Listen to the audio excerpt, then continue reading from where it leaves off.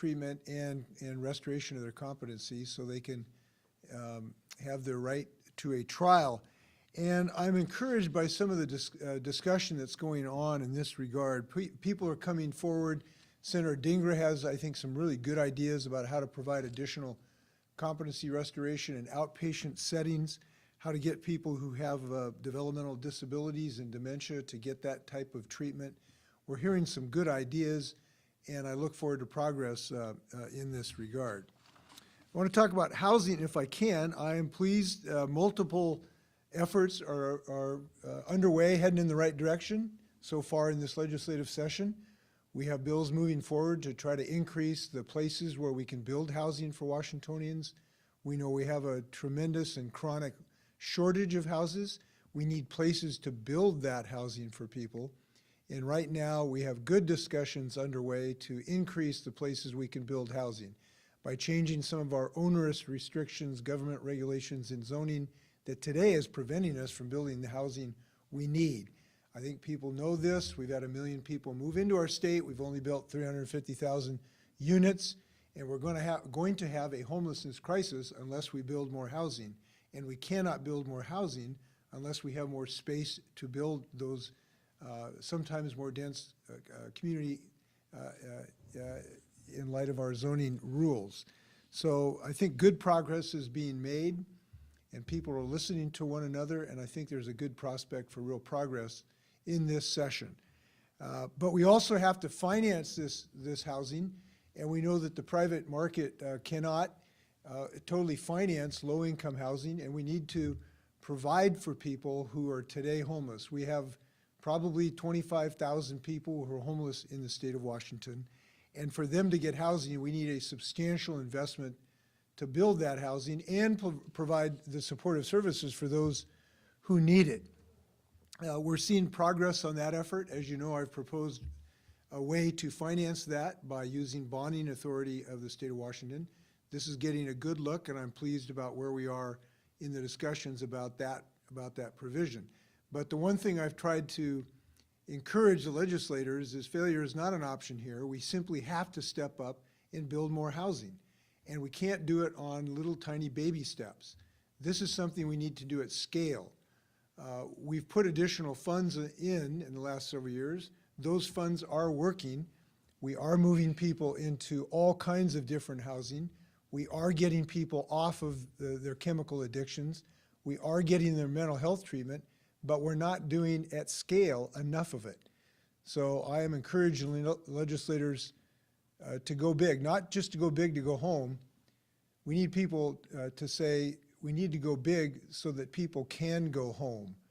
And I'm asking and have expectations the legislatures will take big steps this session. So I'm pleased about how that's going. I want to address something that's come up during the discussion of this proposal, a couple things. I've heard some folks, not legislators, but other folks say, well, no, it's not a housing issue, it's a chemical addiction issue. And I want to address that because this is not an either-or issue. It is an and issue. It is a chemical addiction issue which bedevils a significant percentage of our homeless folks, but it is also a housing issue because we need these people to get into treatment to break these chronic addictions, and to do that, having a roof over their head so that they can be secure and have a secure environment so people aren't stealing stuff from them and they're not having to live under a tarp so that they can actually get that treatment that is necessary. It is chemical addiction treatment to get off people of these horrendous drugs and giving them a safe, secure place to be while we're going through that process. Same thing with mental health. It is not just a mental health challenge for many people who are homeless. It is a mental health challenge and a housing challenge. Because to get people mental health treatment, it sure helps a lot better if you have a home to live in that is secure and safe. And when I go to these tiny home villages and other low-income housing, I hear this time and time again. I'm getting off of this addiction because I finally have a place to be secure so I can focus on ending this addiction. So I think many times in our public discussions, we think it's either or. This is and. We have to do all of these things to make this work. You've heard me talk about this guy I met down in Vancouver at a tiny home village. Showed me his little tiny home. It's by 8 by 10. And he said, this isn't exactly a palace, but I had a horrible chemical addiction problem, and this little 8 by 10 pallet saved my life because it allowed me to really focus on my addiction. He's now getting medically assisted treatment and not using those pernicious drugs. So we need to do it all. We have proposals to do it all, and we have proposals to do it at the scale where we actually move the needle to reduce this chronic homelessness in our community. So we're making good progress on this discussion. Thanks, Senator Elias and Representative Fye. I signed my first bill this morning. Felt great to be back in business, and it was a good bill that's so technical, I won't even bother telling you what it is, but it was a wonderful bill, and I'm glad to have signed it. I want to thank Representative Gregerson, who's working on expanding assistance to food banks. We have about, our food banks are now down to about 20 or 30% of their normal stock because of the expansion of need for nutrition in our state. And we need to get people who are going to these food banks have something there when they arrive. I think this is a good proposal. I want to thank Trudy, who testified about it yesterday, and I'm glad that she is pitching in. Quick recap on a trip to Washington, D.C. Very productive meetings. We were briefed on the balloon phenomenon, got good briefings about that. And I was most happy because I had an opportunity to talk to the leadership from the new Chief of Staff, Jeff Zeitz, to the Clean Energy Director, John Podesta, and had really good discussions about them about how to maximize the job creation around clean energy in the state of Washington. We have a couple of issues that the federal government can really help us on, and I'm glad we have great partners there. Had a good discussion with the president, with the group of governors on a bipartisan basis. He helped people really increase confidence in what we're doing. It was a very productive trip. We're also very happy about the first tranche of the Working Family Tax Credit. We've already had 65,000 Washingtonians avail themselves of this tax reduction. This is a tax reduction. We have reduced taxes potentially for 400,000 households. But we're off to a great start. Very pleased that we've already got 65,000 people who are availing themselves of this tax break. That's $1,200 is going to help people through difficult times. We're happy that we're making progress on that. So, in sum, early in the session, all systems go, and look forward to your questions. Hi, I'm Alexandria Osborne with WNPA. I was wondering, with the first deadline coming up Friday, how do you think the legislator has done with this, with this coming up, the first deadline? Well, I feel very positive about it. Almost all of the bills that I proposed are still alive and kicking, so that's good. So virtually all of the ideas that I'm proposing, the things I just talked about, are really on track for major progress. So I feel very positive about the session right now. And there is a really positive kind of vibe around the session this year. Legislators are getting along well. When you talk to legislators, they're telling me there seems to be better bipartisan communication going on, which is really a positive thing. And all our efforts are still very vibrant and moving forward. So I'm really happy about it. Yeah. Governor, this morning the pursuit bill passed out of the House committee with some changes, focusing on just reasonable suspicion on people who may have committed violent crimes. Are you following this issues about the police pursuit bait and the non-hearings not being heard in the Senate, and where do you stand on that? So I am, and I've expressed myself repeatedly on this, I am quite willing to accept some changes in those rules to open up in certain circumstances where officers can have flexibility to do pursuits. I think that is the right approach. We've learned some things since the bill originally passed, so I'm open to those ideas. But obviously I can't sign a bill that doesn't get to my desk.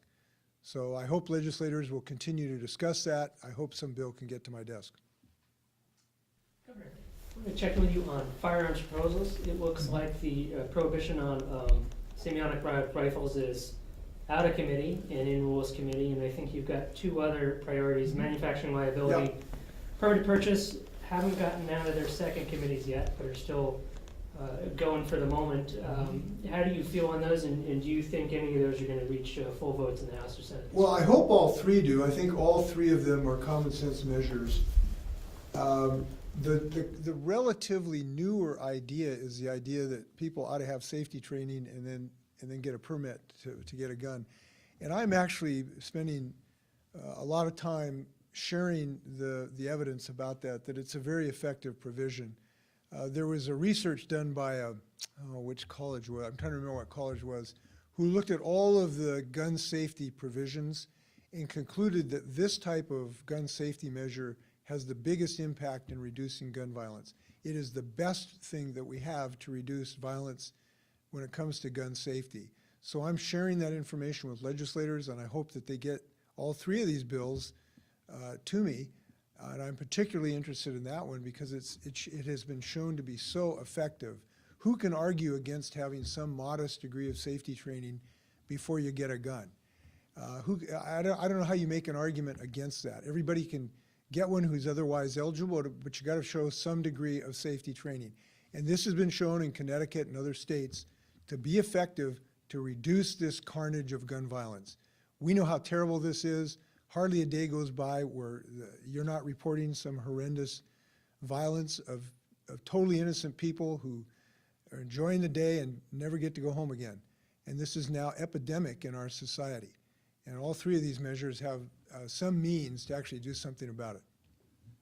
Governor, could you give us some insight into your decision-making around maintaining the state vaccine mandate for state workers, especially now that Seattle and King County have looked at their... Well, yes, we're looking at the science on this, and we're looking at the disease. This is a disease that remains a dangerous disease. 41 Washingtonians lost their life to this disease, and I think there's sort of because it's reduced in its frequency, people have forgotten that it can be a very dangerous disease. So 41 people didn't get to enjoy next week in the state of Washington because of this disease. And we have reached an agreement with our state employees that we would have this measure, and I believe it is justified by the effectiveness of the vaccine that is very, very effective in reducing your chance of hospitalization and death. You might get the disease, but it significantly reduces your chances of hospitalization and death. And we want a workforce that is healthy because we care about them, but we also want them to be able to come to work. And when they get sick, they can't come to work. So this is a provision that is good both for our employees, but also for the public, so we can have people come to work. Our staffs, our public employees have accepted it and agreed to it. And we're doing our thinking, we don't listen to other people how they drive. We're driving the state of Washington to health, and we're saving lives. And I think that's what we ought to do. Governor, a number of school districts across the state are looking at closing schools, laying off teachers, increasing class size, all because of a decline in enrollment and the federal funding that came with COVID drying up. Can the state step in? Is there emergency funding? Can we do something to increase enrollment? What do you say to parents who don't want to have to think about losing a teacher or a school that's in their community? What I'd say is I hope legislators follow my budget. I have proposed an additional $3 billion, for schools above what would otherwise be available to them. And that would be available with great flexibility to the states for a whole host of issues. Additional mentoring, teacher compensation. We want to increase the help for special education students. I'm proposing that lid be lifted. But we have $3 billion to do all of those good ideas that could allow districts to alleviate some of the problems with declining enrollment. But the declining enrollment is an issue outside of the governor's or the legislator's control. The fact of the matter is there's less children in public schools, and it's quite dramatic. There are half as many kids in the Seattle public schools as when I was at Ingram High School. So it's quite a dramatic shift, if you will, and legislators are alert to that. But one way or another, I am urging them to put more investment into our schools so they can alleviate some of these problems. And we know that our children are still under the shadow of COVID, and we know quite a number of them need some help, remediation, additional mentoring and the like. And so that's why I'm providing another $3 billion for them to help. Just a follow-up, Shutdowns, the vaccine mandate for teachers, any of that has contributed to a decline in enrollment? Why aren't the kids coming back? Well, I think it's like everything in life, there's multiple reasons, but COVID was a great difficulty for children, for educators, for parents, for families, for everybody in the whole community. It was very difficult. And we could not expect that we would have exactly the same level of performance without in-person learning. There's no question about that. Now, we saved a lot of lives because we made some decisions, as we've talked about. We may have avoided 19,000 fatalities in our state, but these are very difficult decisions. It would not surprise me that that is one of the reasons that children have pursued other options. Homelessness is a problem for families. The ability to deal with our homelessness crisis has an impact on the success of our schools. I met with a woman at Mark Morris High School yesterday, went down and saw my old coach, Billy Backamus, one of the winningest coaches in state history, by the way. And I met a woman, her name was Chris, I'm trying to remember her last name. She is the homelessness liaison for the homeless kids in that high school. And it's really hard for kids to pay attention to their homework when they're living under a tarp or in the back of a '69 Buick. And so doing something with homelessness is important. Getting people more chemical addiction treatment is important in the educational forum, both for the students and their parents. Having increased mental health is very important. All these things are in the educational matrix. It's not just the dollars for the schools, is the point I want to make. And we need to do all of these things. Just to follow up on the homeless comments there. By the way, I never finished my story about Chris. Chris was telling me that the kind of things, when you get housing for these kids, they just blossom. She's doing the best she can when they're couch surfing and they're living in a tent. But when they get a stable house, they just grow like crazy. And so it's one of the reasons I'm pushing on housing so much. The CEO of the Regional Homelessness Authority in King County said 22% of their shelters are going unused. And when he was asked, why can't you move people off the highways into these shelters, he said that the proviso with the state prevents that from happening. And the language of the proviso, according to when I look at it, it says they have to be focused on permanent housing to applicants for the money that they're going to get from the state. Is that your interpretation of how the $143 million that was spent on the right-of-way initiative, are people supposed to go into permanent housing and not into temporary housing when it's available? Well, no, I don't believe that proviso prohibited the use of congregate shelters. But what it did do, and I think wisely, tried to aim us toward more permanent solutions so that they would be more permanent. Clearly, having a private, secure place for people is more successful than what's called a congregate shelter, when people go into a warehouse and they're in a cot and they're with 100 people with no privacy whatsoever. And the reason it's more successful is, one, more people will go there. You know, we can clear an encampment, but we're not putting them in prison. And if they just take their tent and go next door or back to Woodland Park Zoo, that doesn't solve the problem. We've also found that when people go into congregate shelter, they'll stay there for 2 nights and then leave and go right back out into another encampment. So these other methods that are private, what we found is when you have privacy, a door you can shut, and hygiene, and a place to put your gear, is much more successful at keeping people from being homeless, keeping them out of the homeless encampments. We want to close these homeless encampments. That encampment under the I-5 bridge right now, by the Ship Canal, totally unacceptable to the state of Washington. That needs to end as soon as humanly possible. But the best way to make sure it is a long-term solution is to get them into a place that's private and secure. Congregate shelter, possible under that proviso. They're not eliminated by that proviso, but we try to aim high up to the tree as high as we can. And we're, by the way, working, because I think your channel has covered this issue, we're working in the short term while we close this camp, because that's the goal. We want to close this camp. But while we're doing that, we're trying to get additional police force to give people more security. Our DOT people was out there this morning. There was a Seattle police officer there, which we're pleased to see. As we speak, literally, my chief of staff is talking to the city about how we have a coordinated police presence there.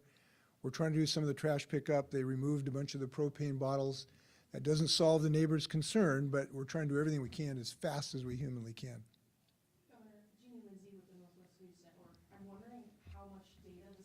collecting on how people go into shelters after freeway encampment removals. I mean, how many are going to shelters, do we know? So there is what I would say incomplete data. There is not a centralized database. That should come online, I'm told, in the third quarter of this year, to have a computerized electronic database so that we can really get real-time data about this. Right now, it's more based on, as I understand, phone calls and emails, and it's partial data, if you will. What we've found, though, is the kind of central tenets of what we're doing. We are closing encampments. I want to repeat this because this is not reported as often as it should be. We are closing encampments. We are in the process of closing 16 on the I-5 corridor. We've totally closed 7. We have moved several hundred people. Camp Hope has been reduced by about 80% in Spokane. These encampments are being closed because we insist on doing that, and we're making sure that those are permanent solutions by getting people into some type of shelter. It might be tiny home where you can lock the door. It might be a converted motel like the Catalyst Center in Spokane. But that's what really gets these encampments to be closed permanently, and that's what we're really after here. So I can report to you, it is clear to me we are having success on that, but we need to do it more, we need to do it faster, and we need to have more resources to do that with. I think that's one of the things maybe folks maybe don't realize. It costs money. You got to pay people to go out and do this work. And so it costs money to do this, not only to, you know, buy a motel to put people in, but actually have the staff to coordinate that activity. And by the way, and I'm going to come back to this because, again, this comes back. We were at this tiny home village in Longview day before yesterday. Beautiful setting. It's these, they're made in Everett by a lot of people who are former convicts, actually, are now doing great work, and they're building these tiny homes. They really look nice, fresh, clean. You talk to I met a woman there who'd been unemployed for 5 years, and she came in and within a couple months had a job at Arby's. She's getting back on her feet, she and her husband. So it's a really impressive location. And outside the gate, people were protesting this tiny home village, which I don't quite understand why you would be against getting people off of drugs and getting a mental health treatment and getting them a job. I don't know who could be against that. But where they were chanting was, housing's not a problem. Mental health is the problem. And again, this comes back to this, it's not either or, it's both. So in these facilities, that when we open them, we commonly have mental health professionals to help people right on site. That's what's effective. They don't have to drive 10 miles, it's right there, so they can deal with their mental health problem. They have chemical addiction treatment, as either on site or in the Catalyst building. There's 3 chemical addiction people to help right on site. And so we're trying to deal with the underlying problems so they don't go back out into an encampment, and you close one encampment and they just go to another one. So that's kind of what we're after. By the way, you haven't asked me about the Blake decision, but I should give you some update on that as well. I do believe the legislature is going to succeed sending me a bill that will not decriminalize drugs. What it will do is it will focus on getting people into treatment, but maintain the ability to give them an incentive to go into treatment. Because if we have a few people who will not go into treatment, we need some incentive, which might be a gross misdemeanor. We'll see what the legislature produces, an incentive for them to go into treatment. We need them to go into treatment. We need them to break this addiction. It's good for them, it saves their lives, and it's good for our communities. So I feel quite confident we're going to get a good bill so we can do all of these things. We have time for one more question. Yeah. I have a question about putting abortion as a constitutional amendment. Earlier in the session, it didn't really seem like it had enough support. Has that changed? Do you feel? Not to my knowledge, but it should change because we're continuing to see the assault on a woman's right of choice. The most latest is the Republicans want to outlaw medicine that has been used for years in the state of Washington for a woman to exercise her right of choice. They want to take that away. They're trying to get a judge to overrule the ability to use these medicines that have been used safely now for years. So that onslaught against a woman's right of choice is continuing, and I think it's most unfortunate. That's why I believe we should have a constitutional amendment. With that, nice to see you. Thanks for not asking me any balloon questions today. I appreciate it. Take care.